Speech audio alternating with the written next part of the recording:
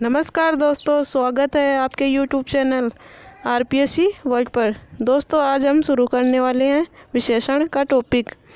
दोस्तों अगर ये वीडियो आपको अच्छा लगे तो वीडियो को लाइक करें, शेयर करें और चैनल को सब्सक्राइब करें। तो चलिए दोस्तों शुरू करते हैं आज का अपना ये वीडियो। विशेषण देखते हैं दोस्तों, विशेषण की परिभाषा क्या होती है। संज्ञा अथवा सर्वनाम की विशेषता, गुण, दोष, संख्या, रंग, आकार, प्रकार आदि बताने वाले शब्द को विशेषण कहते हैं। गुण, दोष, संख्या, रंग, आकार, प्रकार आदि बताने वाले शब्दों को विशेषण कहते हैं। उदाहरण देखिए, 1 किलो चीनी लाओ। सफ़ेद गाय कम दूध देती है। प्रतिभाशाली बच्चे की सराहना होती है।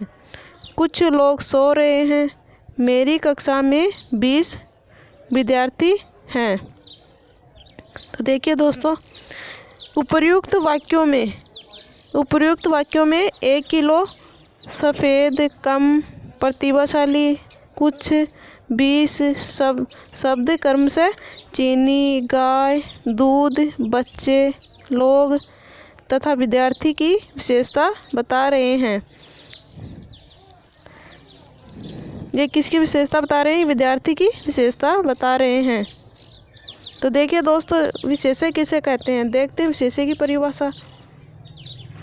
विशेष्य जिस संज्ञा या सर्वनाम शब्द की विशेषता प्रकट की जाती है, जिस संज्ञा या सर्वनाम शब्द की विशेषता प्रकट की जाती है उसे विशेष्य कहते हैं। उपर्युक्त वाक्यों में चीनी, गाय, बच्चे, लोग तथा विद्यार्थी विशेष्य हैं। उपर्युक्त वाक्यों में चीनी, गाय, बच्चे, लोग तथा विद्यार्थी क्या हैं? ये विशेष्य हैं। विशेषण शब्द प्राय विशेष्य के पहले लगाया जाता है। विशेषण कब लगाया जाता है? विशेषण प्राय विशेष्य के पहले लगाया जाता है, किंतु कभी कभी विशेष्य के बाद भी इसका प्रयोग किया जाता है। तो देखिए इसके उदाहरण। काला घोड़ा दौड़ रहा है। काला घोड़ा दौड़ रहा है। हमारी कक्षा में अशोक योग्य है। ये फल मीठे हैं। प्रविशेषण किसे कहते हैं? देखते हैं प्रविशेषण। इस प्रकार के विशेषण शब्द जो विशेषणों की विशेषता बताए उन्हें प्रविशेषण कहते हैं। जो विशेषणों की विशेषता बताते हैं उन्हें प्रविशेषण कहते हैं। जैसे उदाहरण, यह लड़का बहुत अच्छा है। एक तो यह लड़का अच्छा है और ऊपर से बहुत अच्छा है, तो ये विशेषण की विशेषता बता रहे हैं। घर बिल्कुल सुनसान था। घर बिल्कुल सुनसान था। आप बड़े भोले हैं। आज बहुत अधिक सर्दी है। मैं पूर्ण स्वस्थ हूँ। लगभग 10 आदमी आ चुके थे। ठीक है दोस्तों, चलते हैं आगे। विशेषण के भेद। विशेषण के भेद। संज्ञा अथवा सर्वनाम की विशेषता बताने वाले शब्द 4 प्रकार के होते हैं। संज्ञा अथवा सर्वनाम की विशेषता बताने वाले शब्द 4 प्रकार के होते हैं, अर्थात विशेषण के 4 भेद होते हैं। तो देखिए कौन कौन से भेद होते हैं। गुणवाचक विशेषण, परिमाणवाचक विशेषण,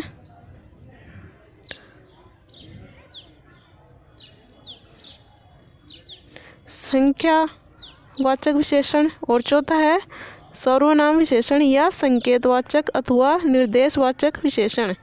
सर्वनाम विशेषण को ही संकेतवाचक विशेषण कहा जाता है या निर्देशवाचक विशेषण कहा जाता है। तो देखते हैं विशेषण का पहला भेद, गुणवाचक विशेषण। देखते हैं इसकी परिभाषा क्या होगी। संज्ञा अथवा सर्वनाम के किसी भी प्रकार के गुण से, संज्ञा अथवा सर्वनाम के किसी भी प्रकार के गुण से संबंध रखने वाली विशेषता का बोध कराने वाले शब्दों को गुणवाचक विशेषण कहते हैं।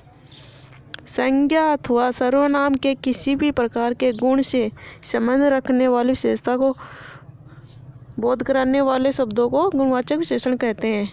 यहाँ गुण का अर्थ यहाँ गुण का अर्थ केवल अच्छी विशेषताओं से नहीं है। यहाँ गुण का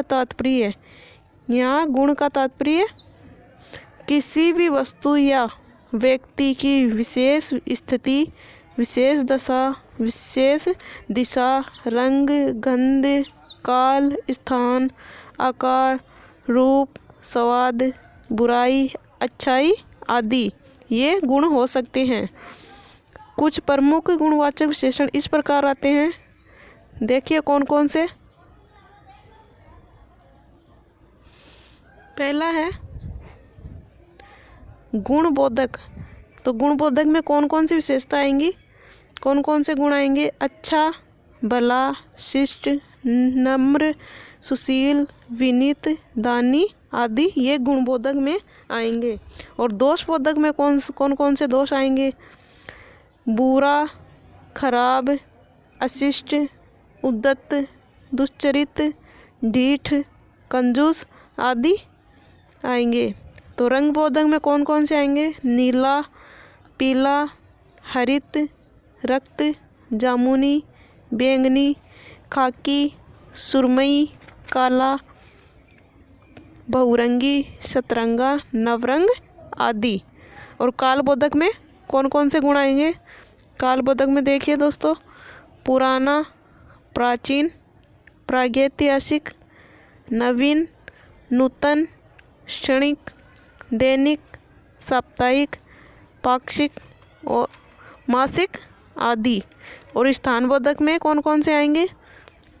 स्थानबोधक में देखिए दोस्तों, जैसे अमरोही, लुधियानवी, जालंधरी, जयपुरी, लाहौरी, अमृतसरी, भारतीय, पाकिस्तानी, जापानी आदि ये स्थानबोधक में आएंगे।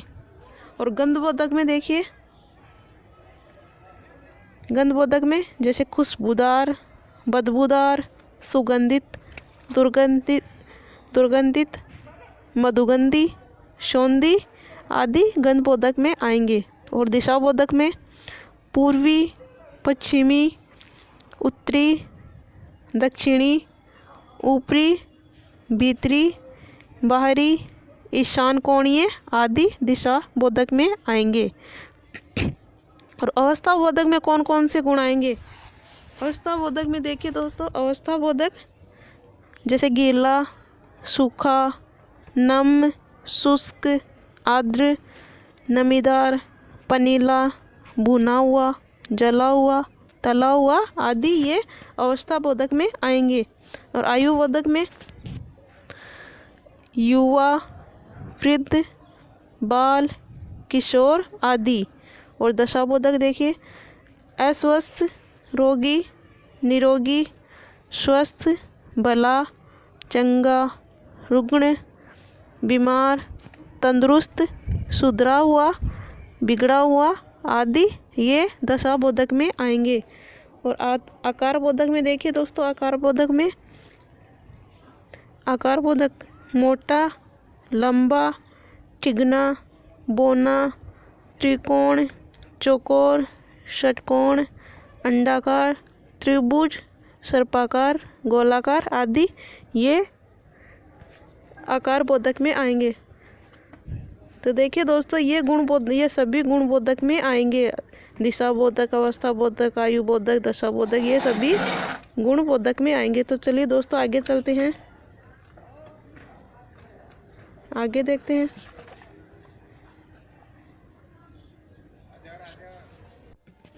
स्पर्शबोधक में देखिए, जैसे कठोर, कोमल, मुलायम, खुरदरा, मखमली, नरम, सख्त, ठंडा, गरम आदि ये सभी भी गुणबोधक में ही आएंगे। तो चलिए दोस्तों देखते हैं विशेषण का अगला भेद कौन सा है। अगला भेद है परिमाणवाचक विशेषण। परिमाणवाचक विशेषण किसे कहते हैं, देखते हैं इसकी परिभाषा। जिस विशेषण शब्द से संज्ञा अथवा सर्वनाम की माप, तोल या मात्रा संबंधी विशेषता का ज्ञान हो उसे परिमाणवाचक विशेषण कहते हैं। देखिए दोस्तों, जिस विशेषण शब्द से संज्ञा अथवा सर्वनाम की माप तोल संबंधी विशेषता का ज्ञान हो उसे परिमाणवाचक विशेषण कहते हैं। तो उदाहरण के लिए देखिए, उदाहरण, मैं प्रतिदिन 4 लीटर दूध लाता हूँ। मैं कुछ मीठा भी खाता हूँ। मैं प्रतिदिन 4 दूध लीटर लाता हूँ, तो ये संख्या परिमाणवाचक में आ गया। और मैं कुछ मीठा भी खाता हूँ। परिमाणवाचक विशेषण 2 प्रकार के होते हैं। कौन कौन से होते हैं देखिए। पहला है निश्चित परिमाणवाचक विशेषण।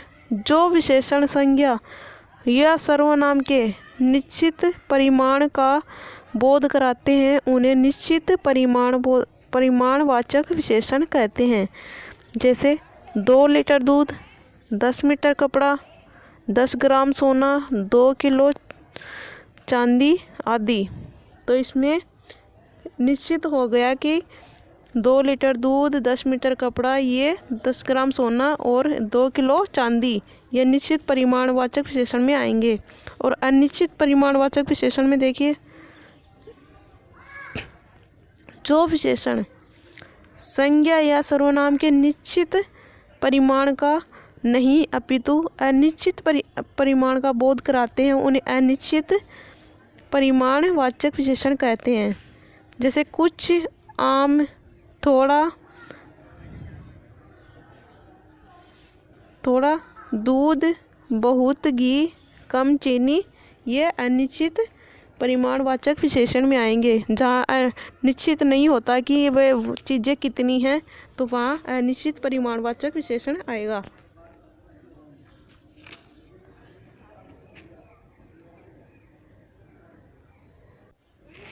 तो चलिए दोस्तों, देखते हैं विशेषण का अगला भेद कौन सा है। तीसरा भेद है संख्यावाचक विशेषण।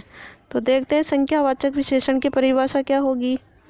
संख्यावाचक विशेषण, जो विशेषण किसी व्यक्ति, प्राणी अथवा वस्तु की संज्ञा या सर्वनाम की संख्या से संबंधित विशेषता का बोध कराए उन्हें संख्यावाचक विशेषण कहते हैं। जैसे देखिए, कक्षा में 60 छात्र पढ़ते हैं, तो ये संख्यावाचक विशेषण हो गया। रमेश ने 2 दर्जन केले लिए। धक्का मुक्की में कई लड़के घायल हो गए। धक्का मुक्की में कई लड़के घायल हो गए। संख्यावाचक विशेषण मुख्यतः 2 प्रकार के होते हैं। कौन कौन से? पहला है निश्चित संख्यावाचक और दूसरा है अनिश्चित संख्यावाचक विशेषण। तो देखते हैं निश्चित संख्यावाचक विशेषण। पहला, इनसे निश्चित संख्या का बोध होता है। जैसे 10 विद्यार्थी, 5 कॉपियाँ, 2 गांव आदि, ये निश्चित संख्यावाचक विशेषण में आएंगे। और दूसरा देखिए अनिश्चित संख्यावाचक विशेषण।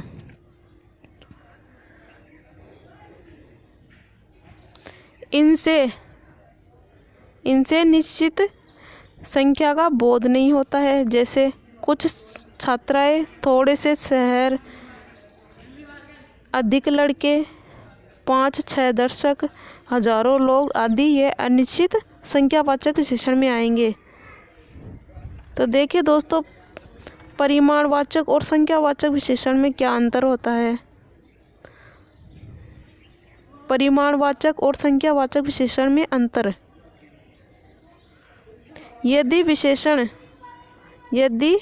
विशेषण गिनी जाने वाली वस्तु हो तो उसके साथ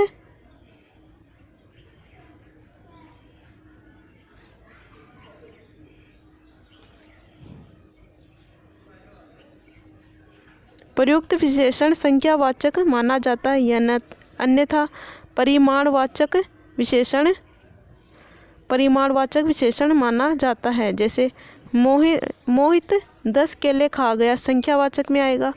मोहित 10 किलो दूध पी गया, परिमाणवाचक में आएगा। मैंने अधिक सेब खा लिए, ये संख्यावाचक में आएगा। और कुछ दूध मेरे लिए छोड़ देना, ये परिमाणवाचक में आएगा। तोड़ने संबंधी चीज़ें परिमाणवाचक में आएंगे और गिनने संबंधी चीज़ें ये संख्यावाचक में आएंगे।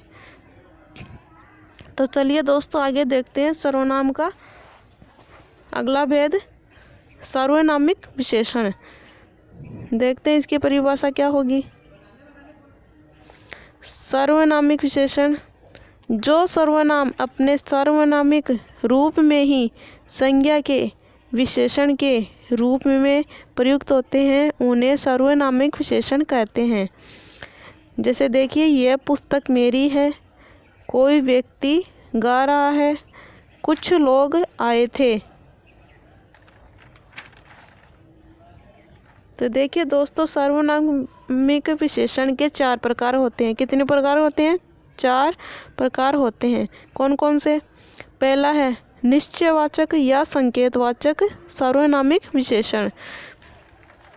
ये संज्ञा या सर्वनाम की ओर निश्चयात्मक संकेत करते हैं। जैसे ये कलम उठा लो, उस पुस्तक को यहाँ ले आओ। तो यहाँ संकेत हो रहा है कि ये कलम उठा लो, उस पुस्तक को यहाँ ले आइए।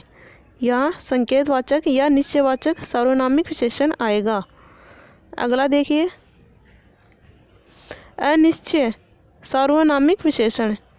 इसमें देखिए, ये संज्ञा या सर्वनाम की ओर अनिश्चयात्मक संकेत करते हैं। जैसे किसी को कुछ दे दीजिए, यह निश्चित नहीं है कि किसी को क्या देना है, बस कुछ दे दीजिए। कोई व्यक्ति आपसे मिलने आया, कोई व्यक्ति आपसे मिलने आया, संकेत हो रहा है लेकिन स्पष्ट नहीं हो पाया कि कौन मिलने आया है, तो ये अनिश्चय में आएगा। अगला है प्रश्नवाचक सार्वनामिक विशेषण। ये विशेषण संज्ञा या सर्वनाम से संबंधित प्रश्नों का बोध कराते हैं। जैसे वे लोग कौन हैं, वे लोग कौन थे, कौन लड़की खड़ी है, आप क्या समाचार देने चाहते हैं, कौन सी फिल्म देखनी है। ये प्रश्नवाचक सार्वनामिक विशेषण में आएंगे। अगला संबंधवाचक सार्वनामिक विशेषण। इसमें देखिए, ये विशेषण एक संज्ञा या सर्वनाम का संबंध वाक्य में प्रयुक्त अन्य संज्ञा या सर्वनाम शब्द के साथ जोड़ते हैं। जैसे जो बोया वही तो काटोगे, जो बोया वही तो काटोगे, इसमें संबंध हो गया। जिस कार्य को करना हो उसके बारे में अच्छी तरह विचार कर लो। जो आदमी कल आया था वह आदमी बाहर खड़ा है। ये सभी संबंधवाचक सार्वनामिक विशेषण में आएंगे। ठीक है दोस्तों, चलते हैं आगे। सार्वनामिक विशेषण और सर्वनाम में क्या अंतर होता है, तो देखते हैं सर्वनामिक विशेषण और सर्वनाम में क्या अंतर होता है। यदि सार्वनामिक विशेषणों का प्रयोग संज्ञा अथवा सर्वनाम शब्दों के पहले हो तो ये सार्वनामिक विशेषण कहलाते हैं। यदि सार्वनामिक विशेषणों का प्रयोग संज्ञा अथवा सर्वनाम शब्दों से पहले हो तो उन्हें सार्वनामिक विशेषण कहते हैं।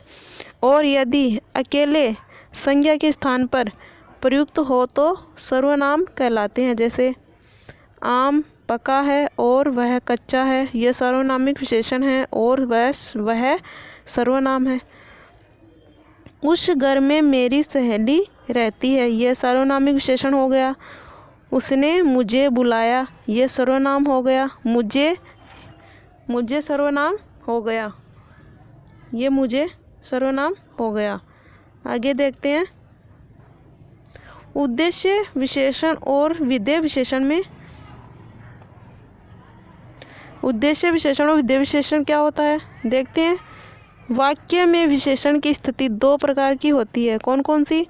विशेष्य से पहले तथा विशेष्य के बाद। इस स्थिति के आधार पर विशेषण 2 प्रकार के होते हैं। कौन कौन से देखते हैं। उद्देश्य विशेषण या विधेय विशेषण। तो उद्देश्य विशेषण में क्या आएगा, देखते हैं। विशेषण से पहले प्रयुक्त विशेषण उद्देश्य विशेषण कहलाते हैं। विशेष्य से पहले प्रयुक्त विशेषण उद्देश्य विशेषण कहलाते हैं। स्थिति की दृष्टि से ये विशेषण वाक्य के उद्देश्य भाग के अंतर्गत आते हैं। जैसे बुद्धिमान आदमी सर्वत्र पूजा गया, तो यह विशेष्य से पहले प्रयोग हुआ है उद्देश्य विशेषण। बालक है, मदद कर दीजिए, उस सुंदर लड़की ने सबका मन मोह लिया। अगला देखते हैं विधेय विशेषण किसे कहते हैं। विधेय विशेषण, तो देखिए दोस्तों किस विधेय विशेषण किसे कहते हैं। विधेय विशेषण विशेष्य के बाद क्रिया से पहले और वाक्य के विधेय भाग के अंतर्गत आते हैं, उन्हें विधेय विशेषण कहते हैं। जैसे वह लड़का कितना चतुर है, कुसुम बहुत अच्छा गाती है, उसकी पैंट नीली है, रेखा घर की शोभा बढ़ाती है। ये विधेय विशेषण होते हैं। तो ठीक है दोस्तों, मिलते हैं, आज के लिए इतना ही। मिलते हैं अगले वीडियो में विशेषण के अगले भाग में। तब तक के लिए जय हिंद, जय भारत।